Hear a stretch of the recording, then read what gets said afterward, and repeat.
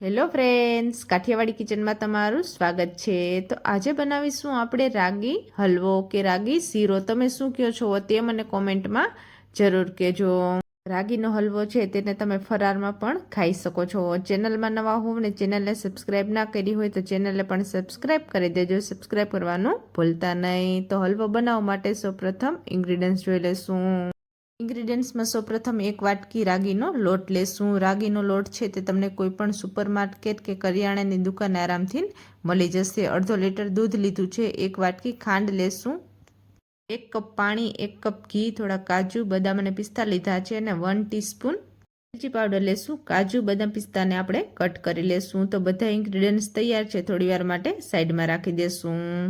હલવામાં નાખવા માટે આપણે જે દૂધ રાખ્યું હતું તે દૂધને ગરમ કરી લેશું। તો ગેસ ચાલુ કરશું, તપેલી મૂકશું અને તપેલીને ગરમ થવા દેશું। તપેલી સારી રીતે ગરમ થઈ જાય પછી આપણે જે દૂધ રાખ્યું હતું તે દૂધ નાખશું અને જે પાણી રાખ્યું હતું તે પાણી નાખશું। તો દૂધને આપણે ગરમ થવા દેશું।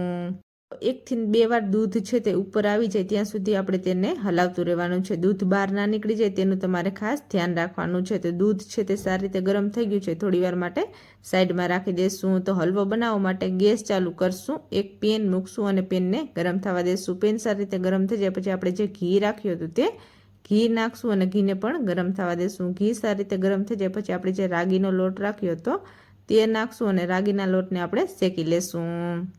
તો રાગીના લોટને કન્ટિન્યુ આપણે 5 મિનિટ સુધી હલાવતું રહેવાનું છે અને ગેસને મીડિયમ રાખવાનો છે, હાઈ રાખવાનો નથી।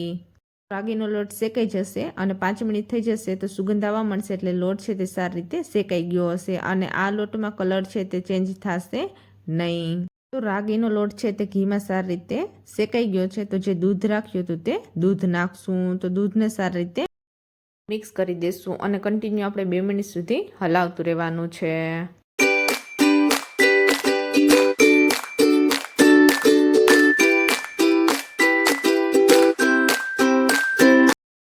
દૂધ છે તે સારી રીતે મિક્સ થઈ ગયું છે। તો હવે આપણે 7 મિનિટ સુધી ઢાંકી અને રાખી દેશું। તો 7 મિનિટ થઈ ગઈ છે, ખોલી અને જોઈ લેશું।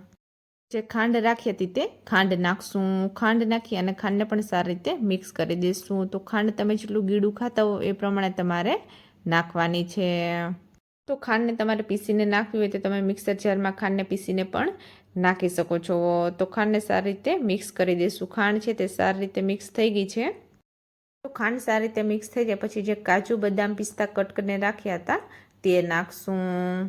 કાજુ, બદામ, પિસ્તા તમને જેમ અનુકૂળ આવે એ પ્રમાણે તમારે વધુ કે ઓછા નાખવાના છે। તો કાજુ, બદામ, પિસ્તાને સારી રીતે મિક્સ કરી દેશું। તો કાજુ, બદામ, પિસ્તા સારી રીતે મિક્સ થઈ ગયા છે તો ગેસને પણ બંધ કરી દેશું। ગેસ બંધ કરી અને આપણે જે એલચી પાવડર રાખ્યો હતો તે એલચી પાવડર નાખશું। એલચી પાવડર તમે નાખશો તો ટેસ્ટ છે તે બહુ સારો લાગશે।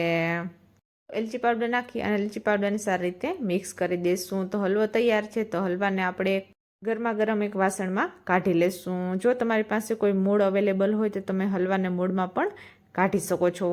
તો આપણે એક પ્લેટ લેશું અને તેમાં આપણે હલવાને પલટાવી દેશું। તો જે પિસ્તા કટ કરીને રાખ્યા હતા તે પિસ્તા નાખશું। તો તૈયાર છે રાગીનો હલવો કે રાગીનો શીરો।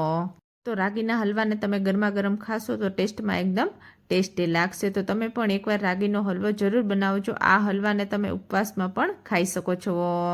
તો તમે પણ એકવાર આ રીતે રાગીનો હલવો જરૂર ટ્રાય કરજો। હલવો છે તે ટેસ્ટમાં ટેસ્ટી બનશે અને જો તમે આ રીતે રાગીના લોટનો હલવો બનાવ્યો અને તમારો હલવો ટેસ્ટમાં કેવો બન્યો હતો તે મને કોમેન્ટમાં જરૂર કહેજો। કોમેન્ટ કરવાનું ભૂલતા નહીં। તો ફરારી હલવાની રેસીપી સારી લાગી હોય, ચેનલમાં નવા હોવ ને ચેનલને સબસ્ક્રાઈબ ના કરી હોય તો ચેનલને લાઇક કરજો, શેર કરજો, કોમેન્ટ કરજો। આવી જ નવી રેસીપી જોવા માટે ચેનલને સબસ્ક્રાઈબ કરજો। સબસ્ક્રાઈબ કરવાનું ભૂલતા નહીં અને રેસીપીને ફ્રેન્ડ સાથે શેર કરતા રહેજો। Thank you. મળીએ આપણે નેક્સ્ટ રેસીપી સાથે।